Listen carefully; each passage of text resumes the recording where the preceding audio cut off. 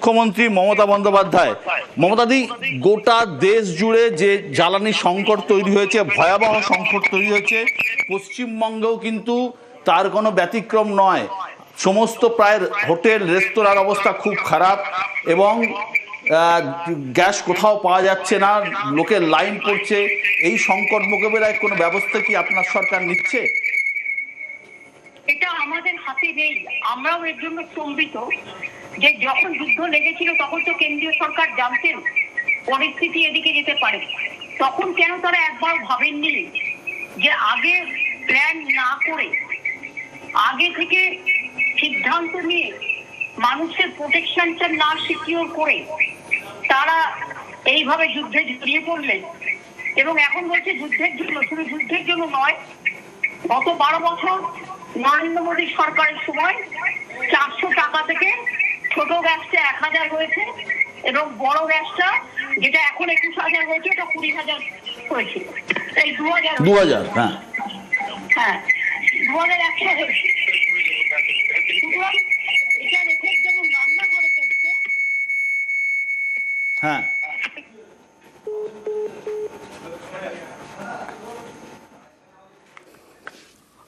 এডিটরিস্ট, network 18-এর এডিটরিস্ট বিশ্ব মজুমদারের সঙ্গে কথা বলছিলেন মুখ্যমন্ত্রী মমতা বন্দ্যোপাধ্যায়। কেন আগে থেকে প্রস্তুত ছিল না কেন্দ্রীয় সরকার? এই যুদ্ধের পরিস্থিতির আঁচ তো অনেক আগেই পাওয়া গিয়েছিল, অনেক আগে থেকে পাওয়া যাচ্ছিল। ইসরায়েল হামলা চালিয়েছে ইরানের ওপরে, তার সঙ্গে আমেরিকা হামলা চালাচ্ছে, আমেরিকা হামলা চালানোর ছক কষছে। আমেরিকার সঙ্গে ইরানের ভালো সম্পর্ক নয়, এটা অনেক আগে থেকেই আঁচ করা যাচ্ছিল। তাহলে কেন কেন্দ্রীয় সরকার আগে থেকে ব্যবস্থা নিল না? এই প্রশ্ন তুললেন মুখ্যমন্ত্রী মমতা বন্দ্যোপাধ্যায়। আজকে এ রাজ্যের কিছু করার আছে কি নেই এই প্রশ্নে তিনি বললেন যে আগে থেকে কেন্দ্রীয় সরকারের আঁচ করা উচিত ছিল, আগে থেকে কেন্দ্রীয় সরকারের ব্যবস্থা নেওয়া উচিত ছিল, সঞ্চয়ের পরিমাণ বাড়ানো উচিত ছিল। যে ক্রাইসিস তৈরি হচ্ছে, যেভাবে ক্রাইসিস দেখা যাচ্ছে, যেভাবে এলপিজির দাম বাড়ছে, যেভাবে কমার্শিয়াল গ্যাসের দাম বাড়ছে, রান্নার গ্যাসের দাম বাড়ছে, সংকট ধীরে ধীরে বাড়ছে, সেখানেই প্রশ্ন তুললেন মুখ্যমন্ত্রী মমতা বন্দ্যোপাধ্যায়। এক লাফে 5 টাকা বেড়ে গেল অটো এলপিজির দাম, সেখানে অটো চালকরা তারা কি করবেন? ভাড়া না বাড়িয়ে উপায় নেই, আবার সাধারণ মানুষের ঘাড়ে বোঝা চাপবে। সুতরাং সরকারি ঘোষণা ছাড়াই যেভাবে দাম বাড়লো, কালকে এসমা জারি হলো, সেখানে পরিবহনকে গুরুত্ব দেওয়া হলো, পরিবহন এবং বাড়ির রান্নার গ্যাসে, সেখানে পরিবহনের ওপরেই চাপ পড়লো কিভাবে হঠাৎ করে, এই প্রশ্ন উঠছে।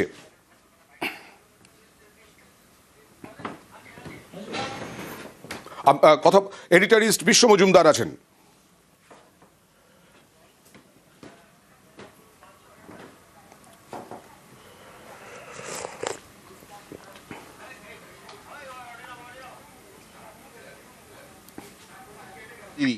কেটে গেল, যেটা বলছিলেন গোটা দেশ জুড়ে, হ্যাঁ কেটে গেল, হ্যাঁ ফোনটা, গোটা দেশ জুড়ে যে সংকট তৈরি হয়েছে, পশ্চিমবঙ্গ তার ব্যতিক্রম নয়।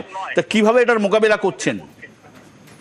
আমি যেটা বলতে চাই সেটা হচ্ছে সারা দেশ জুড়ে যে সংকটটা তৈরি হয়েছে এর জন্য Narendra Modi government of India দায়ী। তার কারণ হচ্ছে যখন যুদ্ধটা শুরু হয়েছিল তখন তো তিনি ইসরায়েল থেকে যেদিন ফিরে এলেন উপহার নিয়ে, তার পরের দিন থেকে শুরু হলো।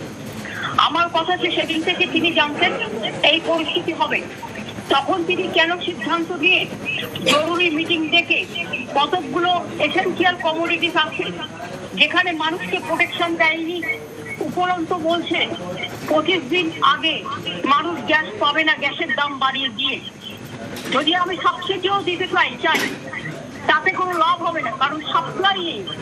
সাপ্লাই চেন যদি বন্ধ হয়ে যায় তাহলে কিন্তু মনে রাখবেন সমস্ত গ্রাম বাংলা থেকে শহর পর্যন্ত, এমনকি ট্রান্সপোর্ট থেকে শুরু করে, হেলথ সেক্টর থেকে শুরু করে, মিড ডে মিল থেকে শুরু করে, আইসিডিএস থেকে শুরু করে, অটো থেকে শুরু করে, যারা গ্যাসে চালায় তাদের সবার পক্ষে কিন্তু প্রবলেমেটিক হয়ে যাবে। জিনিসপত্রের দাম বাড়ানোর সুযোগ করে দিয়েছেন তারা।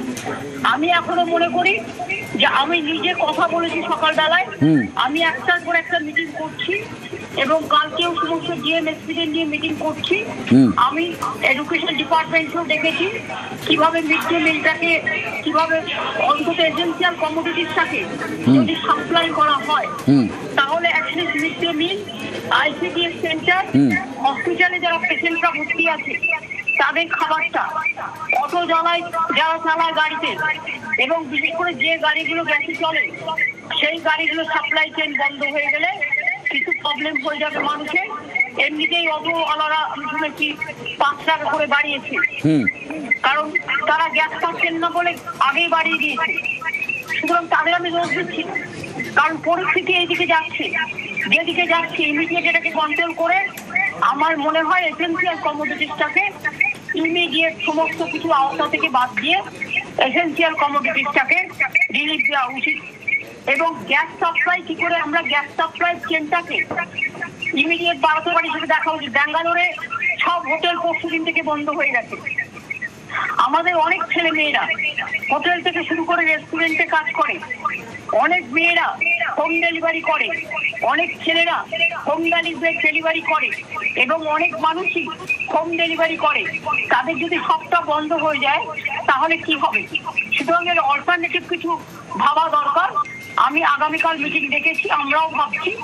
এবং গ্যাসটা তো আমাদের হাতে নেই, এটা সেন্ট্রাল গভর্নমেন্টের হাতে আছে, এবং সেন্ট্রাল গভর্নমেন্টের যে পেট্রোলিয়াম মিনিস্ট্রি আছে, পেট্রোলিয়াম মিনিস্ট্রির কাছে আমাদের দাবি থাকবে যে এসেন্সিয়াল কমোডিটিস এবং বিশেষ করে স্বাভাবিকভাবে যারা অটো চালায়, যারা আইসিডিএস চালায়, যারা হেলথ সেক্টর চালায়, যারা মিড ডে মিল চালায়, যারা বাড়িতে ডোমেস্টিক পারপাসে গ্যাস ব্যবহার করে, এবং ছোট ছোট রেস্টুরেন্টগুলো, বড়রা তবুও তারা কোন রকম একটা অল্টারনেটিভ বের করতে পারবে, কিন্তু ছোটরা কি করে বের করবে? আর ইন্ডিয়ানে তো এসব হয় না। ইন্ডিয়ানে বড়দের চা হতে পারে, কফি হতে পারে, গরম জল হতে পারে, কিছু 1-2 জনের খাবার হতে পারে, কিন্তু ওটাও তো ইলেকট্রিকে চলে। সুতরাং ওটার দামও তো দিতে হবে। সুতরাং এই পরিস্থিতিটা আমি মনে করি এই সংকটকে মোকাবিলা করতে গিয়ে এফআইআর এর নাম করে চক্রান্ত চাপিয়ে দিয়ে মানুষের ভোটাধিকার কেড়ে নিয়ে মানুষের রাজনৈতিক অধিকার, অর্থনৈতিক অধিকার, সামাজিক অধিকার, বঞ্চনার অধিকার, এগুলো থেকে বিরতি থেকে রাজনীতি না করে, এজেন্সি দিয়ে মানুষকে স্তব্ধ না করে আগে মানুষের কথা ভেবে পেট্রোলিয়াম মিনিস্ট্রি ওদের হাতে, আমাদের হাতে নেই। তাই এটা গভর্নমেন্ট অফ ইন্ডিয়ার দপ্তর, তারা যেন নিজেরা ইমিডিয়েট অ্যাকশন নেয় আর গ্যাস সাপ্লাই বন্দোবস্ত করে এখন থেকে। একই যেটা আপনি বলছেন সেটা হচ্ছে কমার্শিয়াল সেক্টরের অবস্থা তো খুবই খারাপ, ঠিক আছে। তো অলরেডি কমার্শিয়াল যদি না থাকে তাহলে মানুষের রুজি রোজগার থাকবে কি করে? ঠিক, সেটা ঠিকই।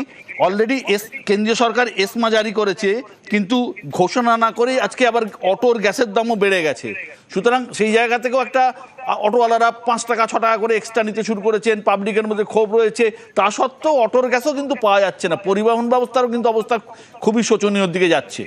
এর জন্যই তো আমি বললাম এটা, যে এসমা জারি করার আগে তার তো পরিকল্পনা করা উচিত ছিল, এবং কিছু লোক ব্ল্যাকমেলিং চেষ্টা করবে, ঠিক, সেখানে তাদের রিকোয়েস্ট করতে হবে, জোর করে নয়, ভালোবেসে বলতে হবে এই সময়টা মানুষ যেখানে বিপদে আছে সেখানে আমাদের যুদ্ধকালীন পরিস্থিতিতে মানুষের সমস্যার সমাধান করতে হবে, এবং ব্ল্যাকমেলিং বা হোর্ডিং করার এটা টাইম নয়। আমি সবাইকে বলছি, মানুষ আপনি যদি ভালো থাকেন সবাই ভালো থাকবে। আপনারা মানুষের পাশে এসে দাঁড়ান, মানুষকে সাহায্য করুন। যারা দাম বাড়াচ্ছেন তাদের দেখুন, আমি তাদের বলতে পারি না যে তাদের ডিমান্ডটা জেনুইন নয়, কিন্তু যেহেতু মানুষের সাথে একটা কিছু অল্টারনেটিভ ভাবা দরকার, সবাই মিলে ভাবুন। আমরাও ভাবছি, আমরাও কালকে মিটিং করছি, এবং অলরেডি আমরা কিছু সিদ্ধান্ত আমরা জানিয়েছিও, সেটা আমরা কালকে বলবো কি করতে পারি না পারি। আমি যখন দরকার সাহায্য করতে পারি, আমার টাকা নেই তা সত্ত্বেও, কিন্তু আমাদের তো সেন্ট্রাল গভর্নমেন্ট টাকা দেয় না, কিন্তু আমরা টাকা দিলেও যে গ্যাসটা পাবো না, কোনো গ্যারান্টি নেই। টাকা দিয়ে গ্যাস পাওয়া যাবে না, তার কারণ গ্যাসের সাপ্লাইটাই বন্ধ হয়ে গেছে। ইতিমধ্যে আমাদের যে রাজ্যগুলো থেকে খবর আসছে, উত্তরবঙ্গের অবস্থা সব থেকে শোচনীয়, কারণ উত্তরবঙ্গ একটু প্রত্যন্ত জায়গায়, যেহেতু সেখানে প্রতিটা মানুষ যে বুকিং করতে পারতেন ফোনে, সেখানে ফোনে কেউ বুকিং করতে পারছে না। সমস্ত গ্যাসের দোকানের সামনে লাইন পড়ছে সাধারণ মানুষের, সবাই আতঙ্কিত হয়ে পড়েছেন। এর জন্য গভর্নমেন্ট অফ ইন্ডিয়া দায়ী। কেন তারা অ্যানাউন্স করেছে যে 25 দিন আগে পাবে না? এইটা অ্যানাউন্স করেই তো এই হোর্ডিং এর ব্যবস্থা করে দিয়েছে। যদি 3 দিন এই অবস্থা হয়েছে, তার মধ্যে একটা যদি চিন্তা না থাকে যে আমি আগেই বলে দিলাম 25 দিন আগে লোকে গ্যাস পাবে না, তো 25 দিন আগে যাদের গ্যাস ফুরিয়ে যাবে তারা কি করবে? লোকে খাওয়া দাওয়া কি বন্ধ করে দেবে? দেখুন, যুদ্ধ থামা বা না থামা তো কারোর হাতে নেই। যুদ্ধ কবে থামবে কেউ জানে না। সেই অবস্থায় যুদ্ধের কথা বলে নয়, তাহলে কি ইন্ডিয়াতে গ্যাস সাপ্লাই পর্যাপ্ত পরিমাণ নেই? আমাদের গ্যাস সাপ্লাই কোথায় গেল? আমাদের গ্যাস সাপ্লাই যে চেন, সেই চেনটা কোথায় গেল? সেটাকে ইচ্ছা করে চেপে রাখা হয়েছে ইলেকশনের সময় ব্যবহার করার জন্য। মানুষ কেন সাফার করবে? ইলেকশন যা হবে হবে, কিন্তু মানুষ যাতে সাফার না করে সেটা দেখতে হবে। আমাদের নিজস্ব গ্যাস সাপ্লাই চেনটা কোথায়? গ্যাস তো আমাদের পেট্রোলিয়াম মিনিস্টার দেখে। এত গ্যাসের দোকান, এত গ্যাসের এজেন্সি, তাহলে সেই সাপ্লাইটা কোথায় গেল? মজুদটা কোথায়? বিভিন্ন ভান্ডার তো লোকের একটা থাকে। ঠিক, বিভিন্ন স্কুলে মিড ডে মিল, যারা গরিব বাচ্চারা মিড ডে মিল খায়, সেই মিড ডে মিলের রান্নাও কিন্তু বন্ধ হয়ে গেছে। এটা আমরা কালকে ডিটেইলস আলোচনা করব এবং আমাদের দাবি থাকবে যে বিশেষ করে সাধারণ মানুষ যাতে গ্যাসটা পায়। সবচেয়ে বড় ভুল হয়েছে আগে থেকে 25 দিন এই কথাটা অ্যানাউন্স করে দেওয়াটা। এবং গভর্নমেন্ট যদি নিজে হোর্ডিং করে, তাহলে আপনি বাইরের লোককে কি দোষ দেবেন? তারা বোঝেনি, তারা বুঝতে পারছিল না তার সাপ্লাইয়ের অবস্থা কি। তার মানে স্টক টেকিং করে না। আমরা যখন স্টক টেকিং করি যে আমার স্টোরে কত আলু আছে, কতদিন পর্যন্ত চলবে, আমার কত চাল আছে, আমার কত প্রকিউরমেন্ট করতে হবে, আমার কত সবজি আছে, আমার কত প্রকিউরমেন্ট করতে হবে, নানাভাবে আমরা কাজগুলো করি। তার মানে সেন্ট্রাল গভর্নমেন্টের প্রাইস রাইজ ইন্ডেক্সটা তারা কখনোই দেখে না। এবং পার সিলিন্ডার যেগুলো গ্যাস মজুদ আছে, গ্যাসের ভান্ডার, সেই ভান্ডারটা কোথায় গেল? একটা আমার শেষ প্রশ্ন, যে আপনি যবি বললেন ঠিকই বলছেন, এর বিরুদ্ধে আমি সোমবার বড় মিছিল করব। সোমবার মিছিল করবেন? মনে করি সাধারণ মানুষ খুবই মানে অসুবিধায় আছে। আচ্ছা, আর একটা বড় প্রশ্ন, যে এর ফলে একটা শ্রেণীর মানুষ কালোবাজারির দিকে যাচ্ছে এবং সেই কালোবাজারির সুযোগ কিন্তু অনেকের কাছে। আমাদের আবেদন থাকবে, তাদের বলতে হবে ভালোবেসে মানুষের পাশে এসে দাঁড়াতে। তাদের কাছে আমাদের আবেদন জানাতে হবে। কিন্তু যারা কালোবাজারি করবে, সরকার কি কোনো কড়া স্টেপস তাদের এগেইনস্টে নেওয়ার প্ল্যান করেছে? আমি আপনাকে বলছি, ফোর্সফুলি কোনো কাজ করলে সেটা খারাপ হয়, মাইনাস হয়ে যায়। আরো যদি হোর্ডিং হয়ে যায় বিপক্ষে হবে। আমি চাই যারা করবার চেষ্টা করছে তাদের ম্যানেজমেন্ট কোভিড এই মানুষের বিপদে আপনারা পাশে দাঁড়ান। কোভিডের সময় যেভাবে হ্যাঁ আমরা লক্ষ্য রাখছি, আমরা লক্ষ্য রাখবো। অনেক অনেক ধন্যবাদ, অনেক অনেক ধন্যবাদ দিদি, আমাদের সাথে কথা বলার জন্য অনেক ধন্যবাদ।